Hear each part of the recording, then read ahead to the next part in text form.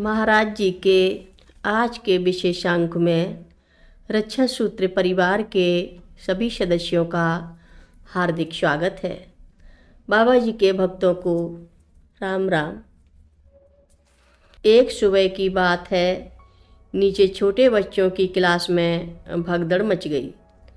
सारे बच्चे अपनी क्लास से चिल्लाते हुए बाहर की तरफ भाग रहे थे। एक छोटी सी बच्ची को अचानक किसी अज्ञात शक्ति ने अपने बस में कर लिया था। इस बच्ची के सारे अध्यापक उसे बहुत प्यार करते थे। उसने स्कूल में कभी किसी तरह का दुर्व्यवहार या गलत आचरण नहीं किया। वह एक होनहार और आज्ञाकारी छात्रा थी। वह लड़की जिस तरह ज़ोर ज़ोर से चिल्ला रही थी, उससे पूरे स्कूल में भगदड़ मच गई। सभी छात्र छात्राएं घबराए हुए थे और स्कूल के प्रधानाचार्य स्वयं भी सहमे हुए और चिंतित थे। उन्होंने तुरंत मुझे अपने ऑफिस में बुलाया और पूछा, नीचे क्या हो रहा है? महोदय, मुझे लगता है कि किसी अज्ञात शक्ति ने इस लड़की को अपने बस में कर लिया है, मैंने जवाब दिया। क्या तुम इस परिस्थिति को संभाल सकते हो? क्या तुम उस लड़की को काबू कर सकते हो? उन्होंने मुझसे पूछा। सच बताऊं, मैं तो नहीं जानता कि मेरा मुकाबला किससे है। मैंने इससे पहले कभी ऐसी परिस्थिति का सामना नहीं किया है, लेकिन मैं कोशिश कर सकता हूं, मैंने उन्हें जवाब दिया। प्रधानाचार्य ने मुझे अपनी कार की चाबी दी और कहा, तुम अपने साथ कुछ और अध्यापकों को लेकर उसे उसके घर छोड़ आओ। मैं क्लास में गया और देखा कि वह लड़की काफ़ी डरी हुई है। उसकी आंखें ऊपर की तरफ मुड़ी हुई थीं और वह अपने लंबे नाखूनों से अपने हाथ और चेहरे को नोच रही थी। वह एक अज्ञात और अनजान ताकत के अधीन थी, जिसे वश में करने के लिए हमें आध्यात्मिक शक्ति और ऊर्जा की आवश्यकता थी। वह बीच बीच में बेहोश भी हो जाती और फिर अचानक ऐसी ताकत का प्रदर्शन करती कि 5-5 हट्टे कट्टे आदमियों को भी लोहे के चने चबा देती थी। हमें उस लड़की को घर ले जाने के लिए 5 शिक्षकों और कुछ मजबूत कदकाठी के विद्यार्थियों की ज़रूरत पड़ी। हमें इस लड़की को इसके माता पिता के घर ले जाना होगा और उसके लिए हमें इसे काबू में कर कार में बिठाना होगा, मैंने कहा। जब मैं उसके पास गया तो मुझे एक घुरघुराती आवाज़ सुनाई दी।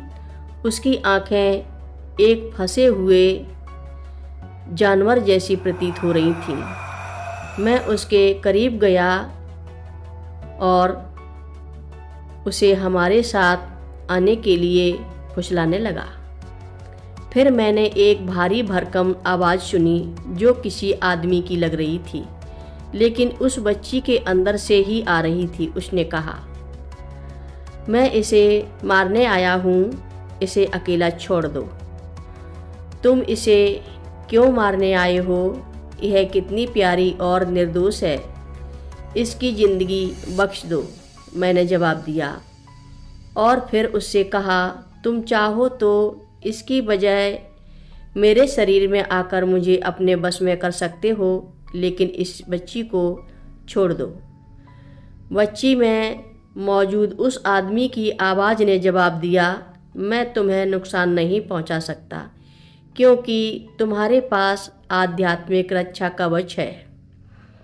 मुझ पर हमला नहीं कर सकते, लेकिन एक छोटी सी निस्सहाय बच्ची को सताने में तुम्हें अपनी बहादुरी दिखाई दे रही है।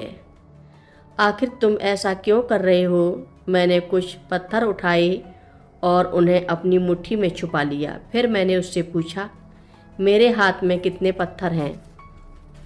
7, उसने जवाब दिया। यह सही जवाब था।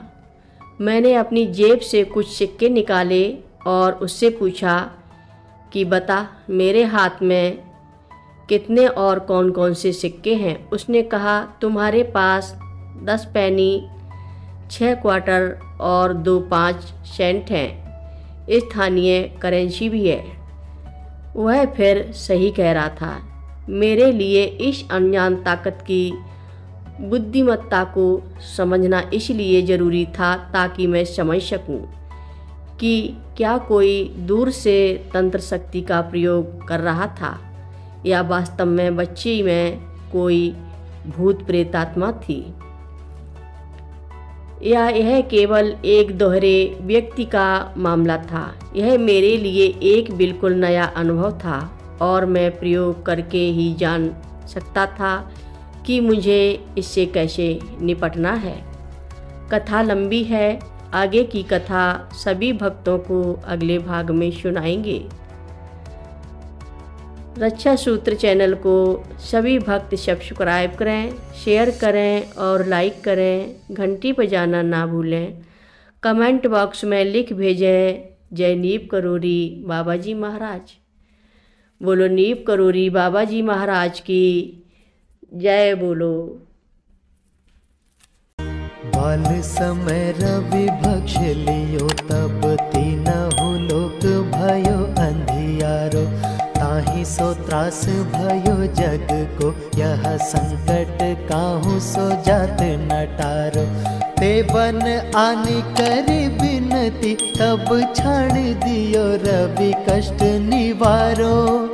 को नहीं जानत है जग में कपि, संकट मोचन